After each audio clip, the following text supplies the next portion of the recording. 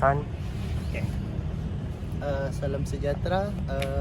Saya dari kumpulan Kampung Boy ingin membuat satu video refleksi tentang satu kebudayaan tidak ketara, iaitu melalui muzik. Dan di sini merupakan saya punya ahli kumpulan, iaitu terdiri dari 5 orang. Oke, jadi melalui tajuk yang kami pilih, yaitu tugasan pertama tentang kebudayaan tidak ketara.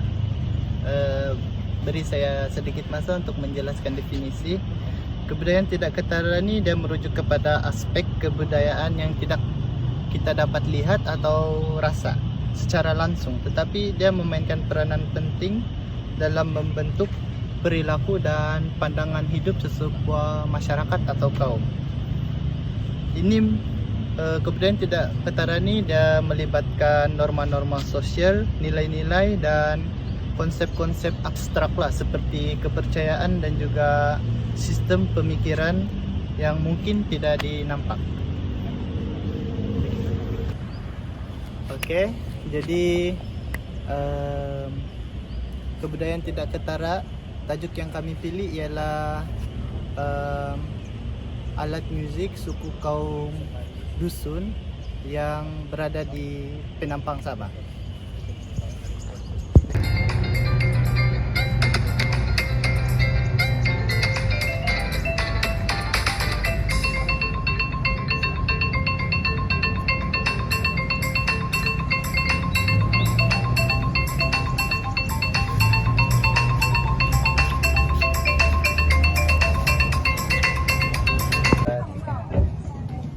Nanti kita nak gimana? Pergi Gaya Street ke pergi Imago? Apa orang itu? Macam aja. Dekat dengan Nabi kan? Macam menarik juga kan? Macam nak kita tengok. Macam nanti tu. Nama ke saya boleh kita tanya? Boleh. Semacam tertanya-tanya lah dengan musik yang kamu orang menari. Apalah musik? Muzik yang dimainkan adalah muzik kulintangan. Kulintangan adalah alat muzik tradisional kebanyakan etnik di Sabah yang mempunyai kombinasi irama-irama gong dan gendang. Oh, jadi muzik ni nama dia kulintangan lah. Jadi apalah bangsa yang selalu memainkan muzik itu? Secara tradisinya, kulintangan dimainkan oleh etnik Bajau, Brunei, Bisaya dan beberapa suku kaum Kadazan dusun di Sabah. Kulintangan pertama kali diperkenalkan di pantai barat Sabah oleh orang-orang Brunei.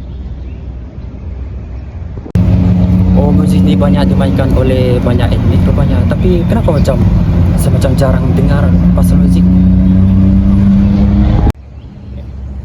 Oh, hal ini muzik ini dia hanya dimainkan pada zaman dahulu, dan pada zaman sekarang ada juga, tetapi berkurangan.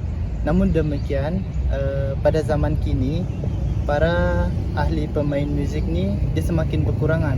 Jadi oleh itu ilmu dan cara memainkan alat muzik ni dia kurang diterapkan kepada generasi masa kini. Justru generasi masa kini mereka lebih tertarik kepada alat muzik moden.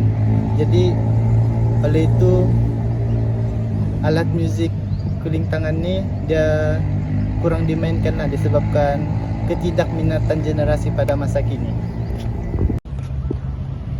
Saya amat tertariklah dengan alat muzik ni. Bolehkah saya tahu apakah sejarah di sebalik alat muzik kulintangan ini? Okey, kalau begitu mari saya ceritakan sedikit sebanyak tentang sejarah kulintangan di negeri Sabah. Kulintangan ni dia mula diperkenalkan di Sabah sekitar 200 tahun dahulu, yang sebenarnya alat muzik ni berasal daripada selatan Filipina dan juga Brunei. Dan masyarakat di Sabah ni mula mengenali alat muzik ini, iaitu masyarakat yang berada di pantai di Sabah lah. Jadi ada juga di kawasan pedalaman, tapi itu masyarakat yang boleh terhubung dengan pantai, contohnya melalui jalan sungai atau jalan darat, begitulah. Dan antara suku kaum yang memainkan alat muzik ini seperti Bajau, Iranun, Dusun Lotut, Kadazan Dusun, dan banyak lagi. Dan alat musik ini selalu dimainkan untuk mengiringi tarian dan juga dimainkan semasa majelis-majelis sosial tertentu lah.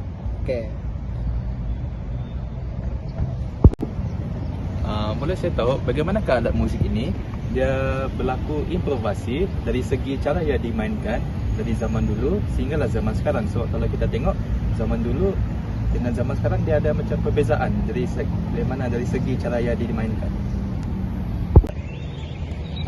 Improvasikan yang kamu tanya. Jadi seperti yang kita tahu, zaman dulu dia tidak gadget macam sekarang. Jadi alat musik ini hanya dimainkan oleh orang-orang tertentu atau orang-orang yang berkemahiran sahaja.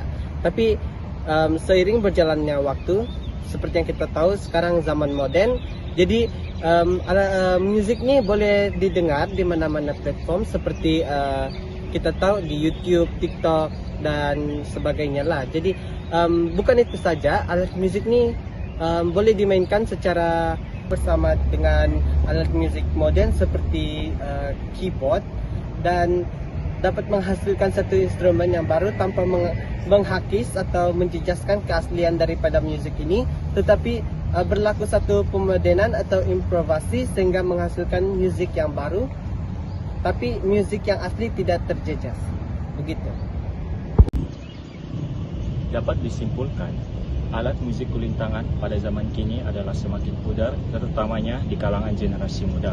Oleh hal yang demikian, pihak kerajaan perlulah mengambil inisiatif dengan memperkenalkan alat musik kulintangan ini di bangku sekolah lagi agar alat musik kulintangan ini tidak pupus di telan zaman.